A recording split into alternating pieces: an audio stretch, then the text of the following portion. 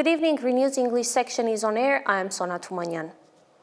Political tensions in Armenia have reached a boiling point today, with authorities announcing they have thwarted a coup plot allegedly organized by a clerical-led protest movement. The country's investigative committee confirmed that members of the secret struggle movement have been targeted in a wide-ranging operation. The official charge is dark, planning to overthrow the government through terrorist acts. This movement, led by the prominent religious figure Archbishop Bagrat, emerged in April. After an initial wave of protests subsided, the situation grew more volatile recently after Prime Minister Nikol Pashinyan publicly criticized the head of the Armenian Apostolic Church, reigniting a confrontation between the state and the church. This and other similar but metallic items were essentially supposed to be tools for an armed coup, according to an audio recording released by the investigative committee. Specifically, these metallic objects are for puncturing the tires of vehicles to disrupt traffic, but the investigative committee has released other details as well. The investigative committee is essentially reporting that it has prevented an armed coup. They say that the movement called Serpazen Paikar, Sacred Struggle, has acquired means and tools to commit acts of terrorism and seize power. To achieve their criminal goals, the leaders of the criminal group employed psychological and propagandistic tricks and technologies, reserving the execution of the main illegal actions for adventurers. This morning, the investigative committee published the initials of more than a dozen people who, according to the law enforcement body, thought about, discussed, and drew up a plan for a change of power. The investigative committee presented these thoughts and discussions in an audio recording totaling more than 20 minutes. In it, the voice of the main speaker seems to be that of Archbishop Bagrat Galstanian. And the Archbishop said that they are taking to the streets, so the matter is settled. It's finished. The deed is done. Either we will die or we will kill. As long as there's been no denial from the Serpazen Paikar, theories are also circulating that these recordings could have been generated by artificial intelligence. Today, a number of participants of the Serpazen Paikar, including Bagrat Galstanian, were detained. Incidentally, a few days ago, some members of the movement and the Armenian Revolutionary Federation, Dashnakshtutzen, were arrested and mostly released. Evil. Listen carefully. Whatever you are plotting, whatever you want to do, you have very little time left. They will come to confront you. As part of the initiated criminal proceedings, the homes of Archbishop Bagrat Galstanian and other supporters of the Serpazen Paikar have been searched since this morning, report members of the movement. There are also searches at the homes of Dashnakshtutzen members. At the apartment of ARF member and freedom fighter Aris Sargsyan, where officers of the NSS, including masked ones, have been conducting a search since this morning. They are not allowing anyone to enter. According to the investigative committee, about 200 strike groups of 25 people each were to be formed in parallel with the peaceful struggle, who were to ambush the government building and carry out the task set before them at all costs. It is also said that none of the groups was supposed to know the task of the others. The investigative committee reports that those preparing the coup acquired maps and identified the locations to turn off Yerevan's traffic lights to paralyze traffic. According to the body, thousands of flammable devices intended for causing explosions and firing shots have been acquired. Violating the presumption of innocence, Pashinyan also hurried to declare law enforcement officers prevented a large and wretched criminal oligarchic clerical plan to destabilize the Republic of Armenia and usurp power. He wrote this on Facebook. Incidentally, the day before, the Civilic news site citing its sources published an alleged coup plan. It presented step-by-step in what timeframes and by what means the opposition was preparing to carry out a coup. According to that plan, the candidate for prime minister is Bagrat Galstanian. The plan includes a sequence of steps and a list of resources. The Prime Minister shared this few-page plan, which has no cited source, on his page. This process will go down in history as the failed coup of the scoundrels, he wrote, while Vahagan Alexanian of the Civil Contract Party explains the plan's program in detail, saying what each point was written for.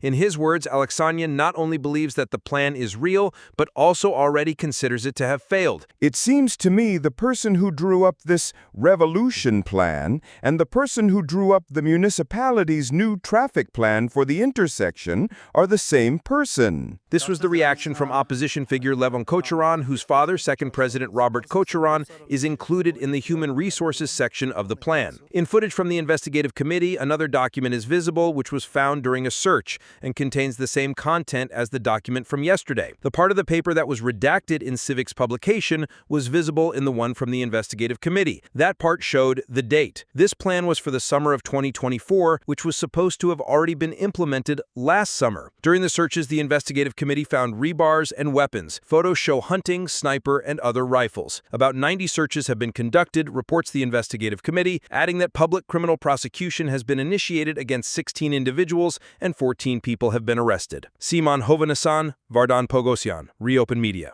Armenia's First Lady Anna Hakopian has also reacted to the events in a scathing social media post. I'm quoting her directly.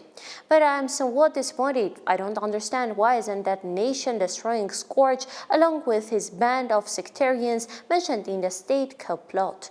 The bad students at our school had a name for people like that, a dead man's spare change. In other words, a nation-betraying degenerate.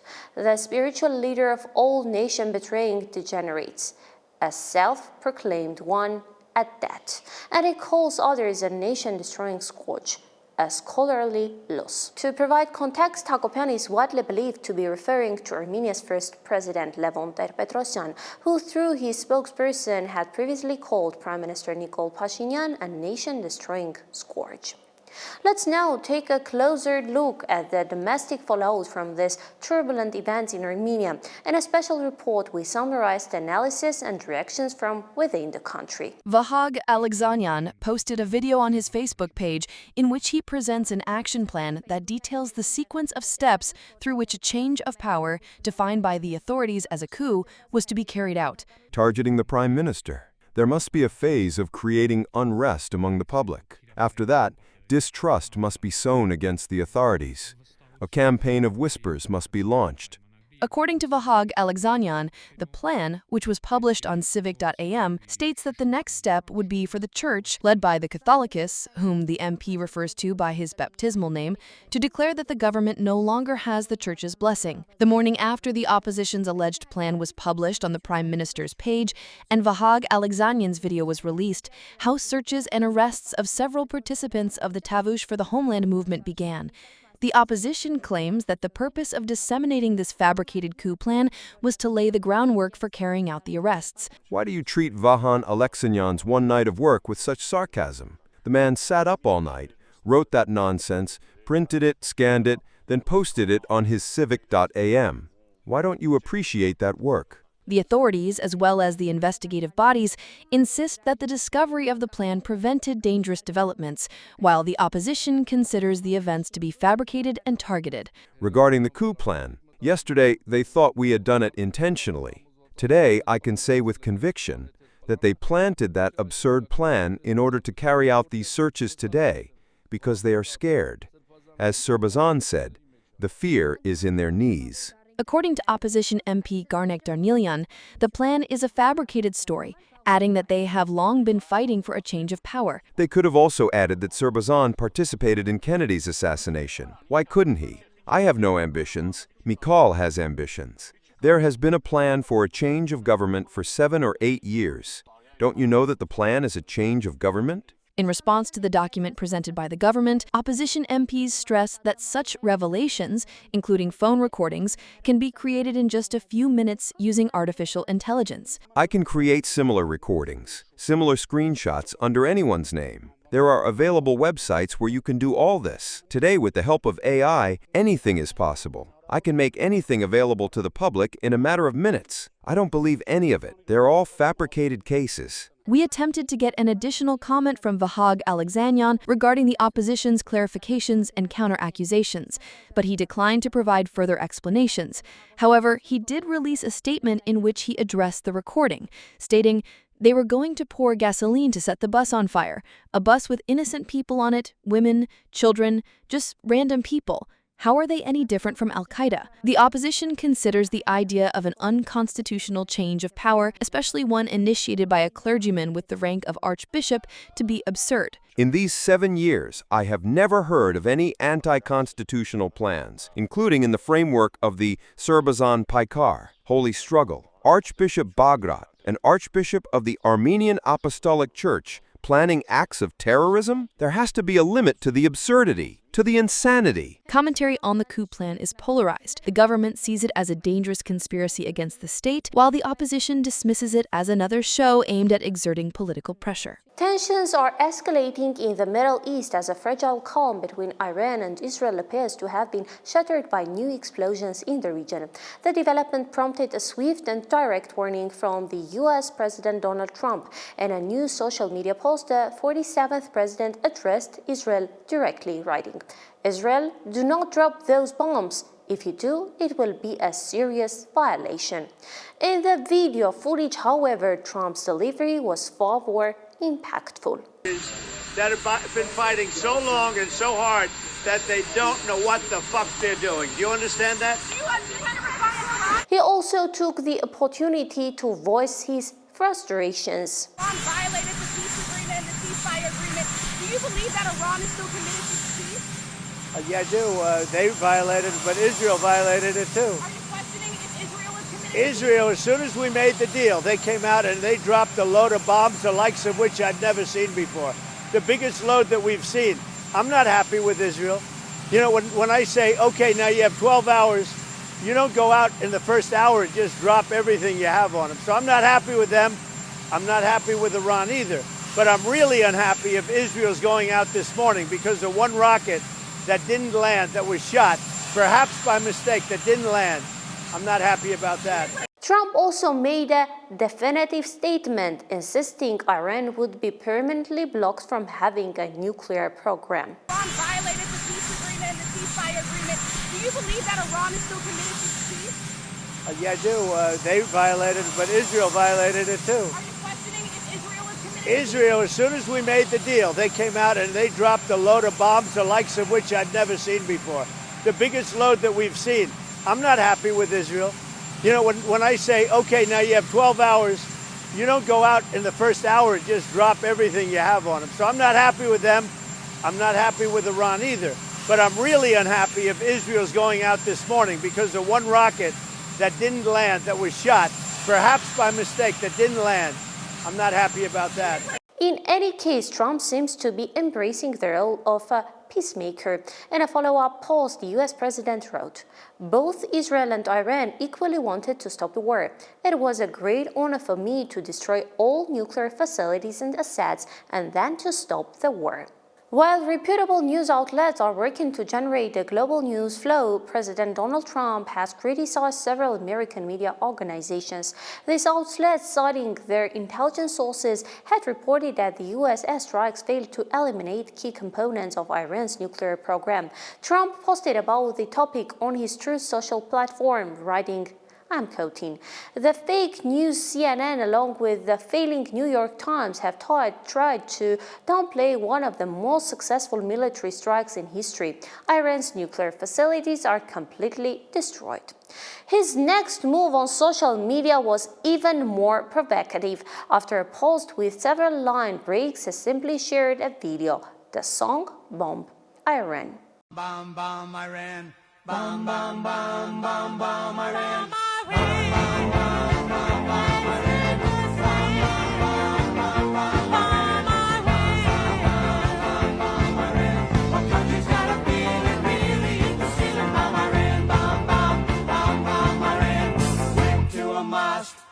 Throw some rocks, tell the Ayatollah gonna put you in a box, bomb Iran, bomb, bomb, bomb, bomb, Iran. We have breaking news from Iran, where reports are emerging of multiple explosions across the country. According to Iranian opposition media citing sources on the ground, blasts have been heard in Tehran, Hamadan, Babol, and several other cities. We're also getting information that air defense systems have been activated in areas including Mashhad and Shahar-e-Rai. Video of what's being described as powerful explosions in Tehran is now spreading on social media. We must stress, however, that Iranian officials have not yet made any public comment on these events. And now we're beginning to get a clearer picture of the human toll from the conflict. According to the latest figures being reported since the start of military operations in Iran, there have been 606 fatalities with another 5,332 people wounded. In Israel, reports indicate 28 people have been killed and 1,300 have been injured. And now let's turn to the reactions from senior officials on both sides of this conflict. Prime Minister Netanyahu stated that Israel has achieved a historic victory that will be remembered for generations. Let's watch a segment from the Israeli Prime Minister's address. For decades, I promised you that Iran would not have a nuclear weapon. And indeed, in all the brilliant actions our fighters carried out, we brought Iran's nuclear project to naught. And if someone in Iran tries to restore this project, we will act with the same determination, with the same force, to cut off any such attempt. I repeat, Iran will not have a nuclear weapon. With the same force, with the same determination, we destroyed Iran's missile manufacturing industry. We destroyed dozens of missile production plants. We severely damaged the missile stockpile. We destroyed most of the launchers. In many cases, we destroyed them minutes before they launched the missiles of death at Israel. Iran's malicious intention to threaten Israel's existence within a few years with tens of thousands of ballistic missiles. This threat has also been removed. On the Iranian side, President Masoud Pezeshkian stated struck a more conditional tone, quoting him directly. If Israel does not violate the ceasefire, Iran will not violate it either. We are ready for dialogue at the negotiating table and to defend the legitimate rights of the Iranian people. President Pezeshkian conducted with a message of confidence, vowing that their common sense and prudence will disturb the plans of all who try to create conflict between them. Also, let me introduce some key points from an exclusive interview with the publication Al Arabi Al Jadid, where Iranian Foreign Minister Abbas Araghchi expressed skepticism that Israel will remain committed to the ceasefire agreement for long. I am quoting him now. First of all, it is necessary to see whether the aggressor side is actually capable of implementing and maintaining the ceasefire, or if, as in the past, internal rivalries in Israel will again lead to the ceasefire being used simply to manage internal crisis. We accepted the ceasefire to maintain the moral high ground and turn it into the basis for a new policy founded on Islamic and regional values. The support from Islamic countries and the peoples of the region strengthened our move and further isolated Israel. Moscow is now moving to reaffirm its strong ties with Tehran. Kremlin spokesperson Dmitry Peskov issued a statement pushing back against what he described as attempts to drive a wedge between the two allies. He said, "There are many now who wish to add fuel to the fire to damage the partnership between Moscow and Tehran. Russia has indeed supported Iran with its clear stance. We intend to continue developing our relationship with Iran going forward." In a major development, Iran's parliament has vetoed to suspend cooperation with the International Atomic Energy Agency, or IAEA, according to a report from Press TV. The new measures also state that Iran will demand compensation for damages to its nuclear infrastructure. Furthermore, IAEA inspectors will be banned from entering Iran until the security of the country's nuclear facilities is guaranteed. Iran's Deputy Foreign Ministry issued a direct demand to Washington, stating, "We demand that Washington compensate for the destruction of Iran's nuclear infrastructure, and Iran will submit official complaints to the UN." Meanwhile, another senior official, Abbas Araghchi, insisted Iran's program will continue, saying, "No one in Iran will abandon the nuclear program, a transparent program that is under the supervision of the IAEA." And now, support for Iran's compensation claims is coming from a powerful source. The head of the IAEA himself, Rafael Grossi, stated that he believes U.S. strikes caused serious damage to Iran's nuclear facilities. A significant moment at the NATO summit. For the first time since the war began, Ukrainian President Volodymyr Zelensky has swapped his military tactics for a suite. Leaders participating in the NATO summit in The Hague have gathered for the traditional family photo. This symbolic show of unity comes as the alliance grapples with key security challenges and reaffirms its collective defense commitments in a high-stakes meeting. And take a look at the positioning here. We should note that the space between former President Trump and President Zelensky, a notable gap that is drawing a lot of attention. After the formal photo opportunity, former President Trump and Turkey's President Erdogan broke away for a key bilateral meeting. A significant point from their discussion, Erdogan praised the new peace agreement between Israel and Iran and, according to sources, credited Trump's personal interventions for making it possible. A speech by Ukrainian President Zelensky also drew particular attention here in The Hague. Let's watch a part of his address.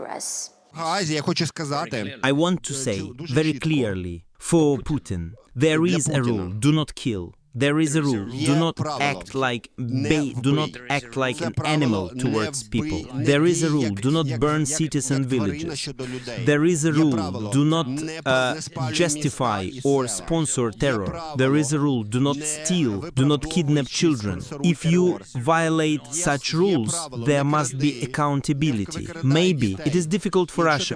In addition to the Ukrainian president's speech, a senior NATO official has revealed staggering new figures on Russian losses in Ukraine, telling DW that total casualties have now surpassed 1 million, with 250,000 of those killed. The same official speaking at the summit in The Hague estimated that Russia can economically sustain the war until at least 2027. Separately, NATO's Secretary General Mark Rutte assured Ukrainian President Zelensky of the alliance's continued support, noting that allies have already pledged nearly 35 billion euros in security in this year. Rutte vowed to make Ukraine so strong that Vladimir Putin will never again try to seize even 1 square kilometer of the country. As NATO leaders project unity, a new analysis from Professor Hall Brents in Bloomberg warns of what he calls a quadruple crisis hitting the alliance. He argues that NATO is being challenged on 4 fronts: a security crisis sparked by the war in Ukraine, a readiness crisis stemming from weakened European militaries, a strategic crisis as the US turns its focus to Asia, and a crisis of confidence severely aggravated, he writes, by Donald Trump's actions. Beyond the geopolitics, there is also a clear economic dimension to Trump's messaging. He appeared to frame the deal as a win for both Iranian and American oil sales, writing, "China can now continue buying oil from Iran. I hope they buy large quantities from the US as well. It was a great honor for me to make this happen." However, that narrative of a decisive outcome is being challenged by new reports. The Guardian cites an initial U.S. intelligence assessment which warns that Iran's nuclear program remains largely intact. According to the report, Iran could get its centrifuges back online within months, as most of its enriched uranium was reportedly relocated before the strikes ever occurred. This suggests the strikes may have had a far more limited impact than initially claimed. And in what can only be described as a profound irony, while President Trump was projecting strength abroad against Iran, he was simultaneously facing a challenge to his authority right in Washington. Democratic Congressman Al Green forced a vote on an impeachment resolution, arguing that the president had violated the Constitution by ordering military strikes on Iran without the consent of Congress. The effort was ultimately blocked by a majority vote in the House of Representatives, but it highlights the deep political divisions in Washington over a president's power to take a military. Amid the ongoing fog of war, Russian President Putin has signed a law that, among other things, establishes a national multifunctional digital service. This platform will also serve as a national messenger app. The national messenger will be available for correspondence and phone calls in Russia, the state languages of Russia's republics, and other languages of the peoples of Russia.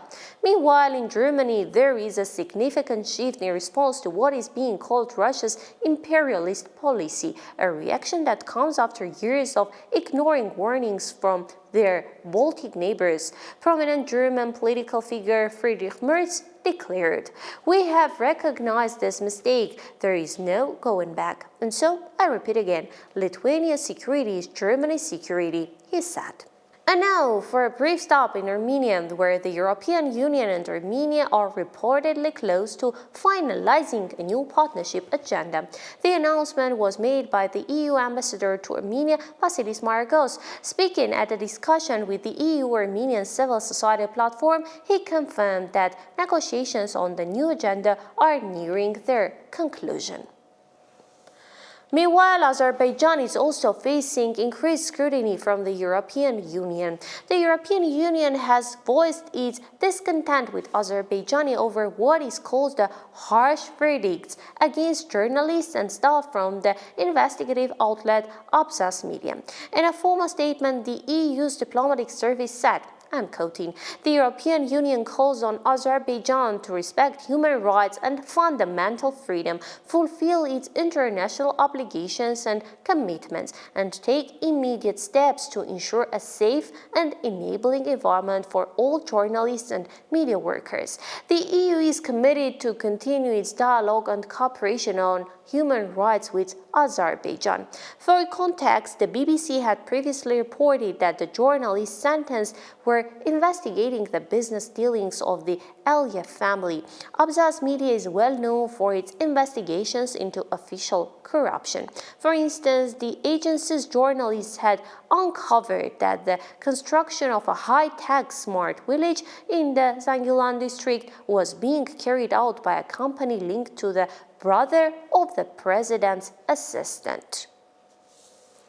And now to China, where tens of thousands have been forced from their homes due to massive flooding in the southern Guizhou province. State media reports that nearly 80,000 people have been evacuated from their homes as emergency crews respond to the crisis. For more updates, follow us on YouTube, Telegram, Instagram, X, and Facebook. Daily news and full coverage are available on our official website.